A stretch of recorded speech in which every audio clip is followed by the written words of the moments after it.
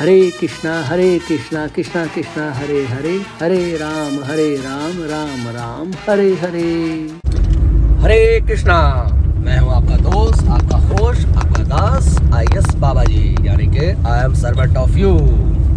तो आज का ज्ञान कुछ ऐसा है, ज्ञान तो नहीं है, मैं अपनी कुछ बात रखना चाहता हूँ। कल मैंने एक वीडियो बनाई थी रामचरितमानस पे, तो उसी पे एक किसी भक्त ने इंस्टाग्राम पे मेरे को मैसेज दिया, भाई आप तो ब्राह्मण हो, आप तो बात बोलोगे।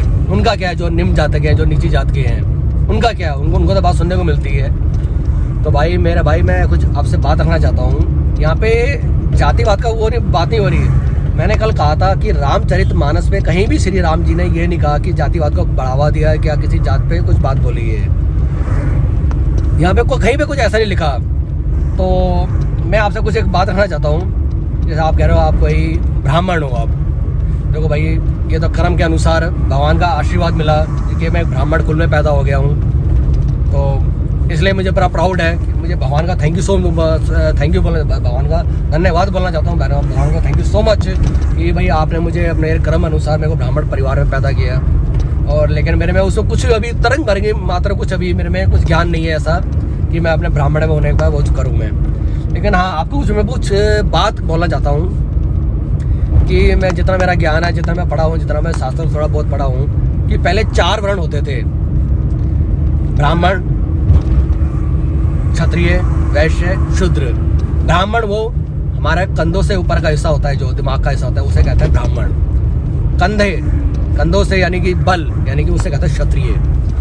और नीचे का हिस्सा यानी पेट के, वो उसे कहते हैं वैश्य, यानी कि वैश्य का मतलब यानी व्यापार, अपने देश के लिए व्यापार करना, और उसे कहते हैं व्यापारी। और उसका नीचे का हिस्सा टांगों से कहते हैं शूद्र। तो ये हमारे ये 4 वर्ण होते थे।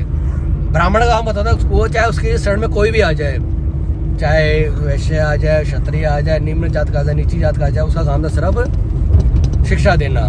क्षत्रिय का काम होता था कि अपने देश की रक्षा करना, अपने एरिया की रक्षा करना, चाहे वो कोई सी भी जात का हो आदमी, वहाँ पे कोई भी हो, उसको अपने देश की रक्षा करनी होती है।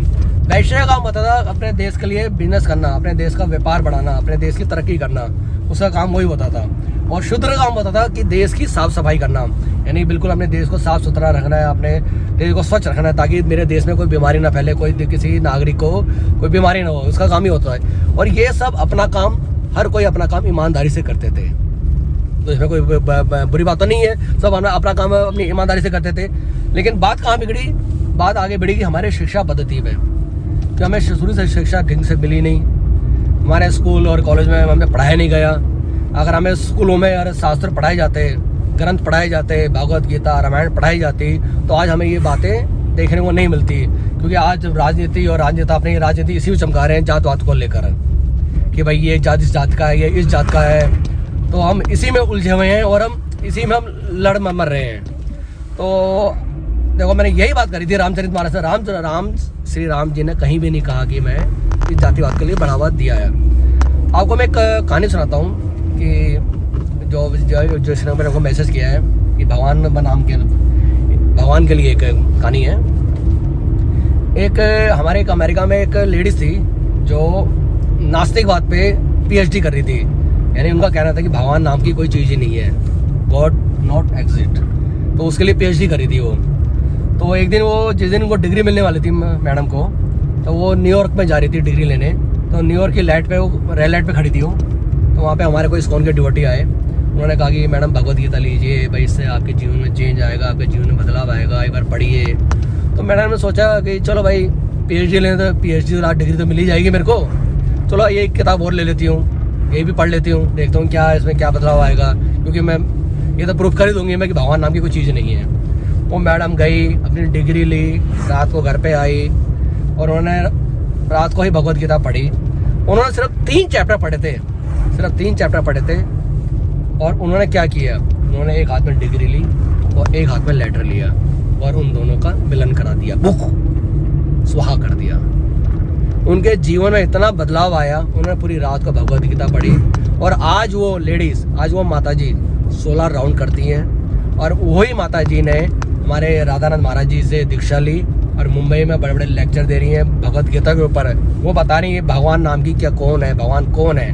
देखो नाम तो जानता नहीं मैं, आप बता दूँ आपको नाम बाद में, लेकिन आपको मुंबई में मिल जाएंगे आपको माता जी को, आपको प्रचार करते हुए। तो मेरा कहने का मतलब यही था कि मैंने कोई बुरी बात नहीं करी थी। भगवान भैया आपने रामचरितमानस से बात उठाई थी, हमारे आराध्य पे भगवान पे बात उठाई थी। हम सनातन धर्म में यही तो बहुत बड़ी बात है, हम एक दूसरे की टांग बड़ी खींचते हैं। आपने कभी सिखों को देखा है? सिख अपनी पगड़ी पहनकर कितना प्राउड महसूस करता है, मुसलमान अपनी कैप पहनकर, अपनी टोपी पहनकर कितना प्राउड महसूस करता है, दाढ़ी रखकर कितना प्राउड महसूस करता है, क्रिश्चियन अपने क्रॉस पहनकर कितना प्राउड महसूस करता है। एक हम हिंदू ही हैं, एक हम हिंदू ही हैं जो अपने ये तिलक लगा के कंठी माला पहन के या शिखा रखकर हम कितना बड़ा वो करते हैं। लोग कहते हैं हो बड़ा वो भक्त बन गया तू, बड़ा तू मंदिर जाने लग गया है, 100 चूहे खा के बिल्ली हज को चली। भाई मेरी बिल्ली चली तो सही, आपकी तो वहीं रुकी हुई है। हम एक दूसरे की टांग खींचने लगे रहते हैं। आपने कभी देखा है सिख समुदाय में, हम सिख भाइयों में उनका सेवा भाव देखा उनके? वहाँ पे जब कभी संडे को चले जाओ, कभी चले जाओ, वहाँ पे बड़े बड़े लोग, उनके लड़कियाँ बड़े बड़े बुजुर्ग लोग जूतों की सेवा कर रहे, जूते की साफ सफाई की सेवा कर रहे होते हैं। मुसलमान भाई हमारे हर फ्राइडे को मस्जिद जाते हैं नमाज पढ़ने। क्रिश्चियन भाई हमारे हर संडे को चर्च जाते हैं। एक हम हिंदू ही हैं जो मंदिर जाने से कतराते हैं। लोग क्या कहेंगे, लोग क्या कहेंगे, 4 लोग क्या कहेंगे। मेरी मम्मी कहती थी कि 4 लोग क्या कहेंगे, वो 4 लोग आज तक नजर नहीं आए, 4 लोग थे कौन वो। तो भाई मेरा कहने का मतलब यही है, हम अपने सनातन धर्म को क्यों भूल रहे हैं? हम क्यों अपने सनातन धर्म की हम हमेशा खिल्ली उड़ाते हैं? तो मेरा यही कहने का तात्पर्य है, वीडियो मेरा ये मैंने इसलिए वीडियो बनाई थी कि वहाँ पे रामचरितमानस जो उस नेता ने कहा था इस रामचरितमानस को जला दिया जाए, यहाँ पे जातिवाद का बात हो रही है। उसके कहने से कुछ फर्क नहीं पड़ता, ऐसे नेता आएंगे और चले जाएंगे, लेकिन श्री राम जी है और हमेशा रहेंगे। श्री राम जी थे, हैं और रहेंगे। तो मेरा आज का छोटा सा ज्ञान यहीं तक था। अगर मेरी बात को किसी को बुरा लगे तो भाई प्लीज़ वो भगवद गीता पढ़े, रामायण पढ़े। तो आज का ज्ञान मेरा यहीं तक था। फिर कभी मिलूंगा आपका छोटे से ज्ञान के साथ। तो जब तक के लिए हरे कृष्णा।